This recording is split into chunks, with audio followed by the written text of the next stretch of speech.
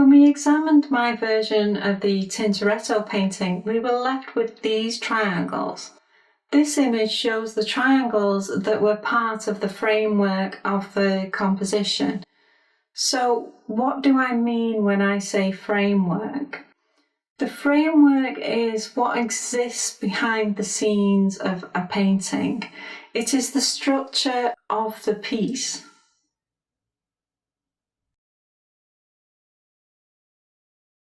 When you use the rule of thirds or the diamond guide, you begin with a framework and then you use that framework to create images.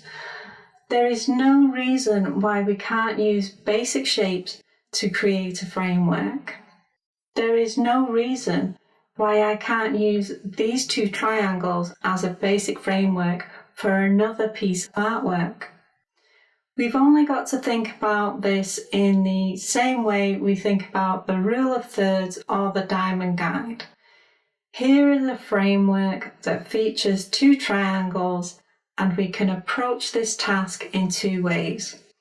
We can choose to place important subject matter within the triangles, or we can see the points of the triangle as points of interest. This is something you can understand from using the rule of thirds. Our framework has changed, but the task isn't more complicated.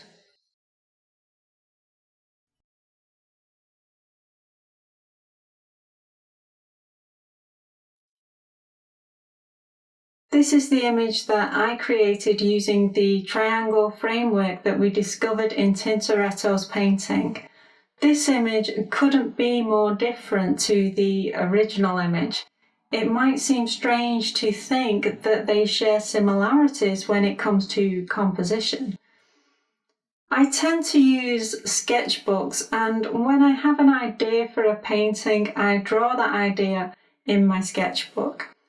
I knew I wanted to create an image of someone holding their pupil while their eye stretched out from its socket.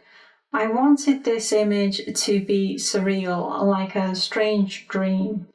I had no idea what composition I would use for this image until I looked at the triangles from the Tintoretto. The idea for the image doesn't immediately make you think of a triangular composition, but when you want to create an interesting image, then it helps if you can place it within an interesting framework.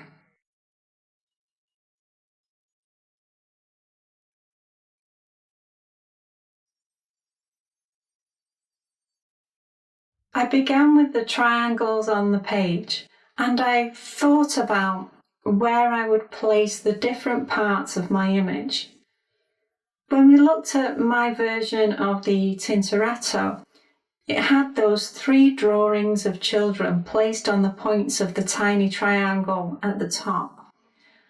I knew that I would have an eyeball outside the body, and that would give me one eye, an eye without a socket, and one eye socket.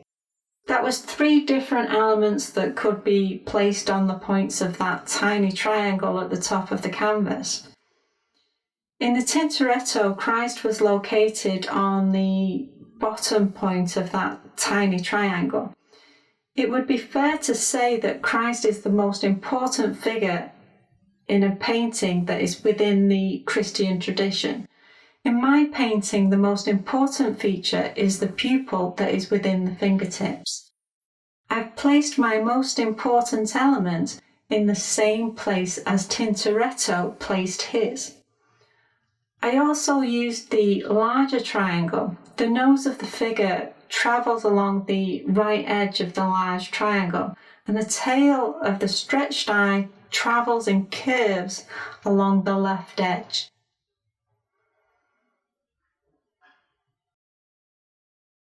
This image does share a composition with the original Tintoretto, despite its massive differences. I used the structure of Tintoretto's image as a guide, and as a result, I created a piece of artwork that uses a composition that I might not have thought of. It creates something new and interesting. I might have positioned the figure in a more obvious way. Using the framework of the Tintoretto challenged me to create something different.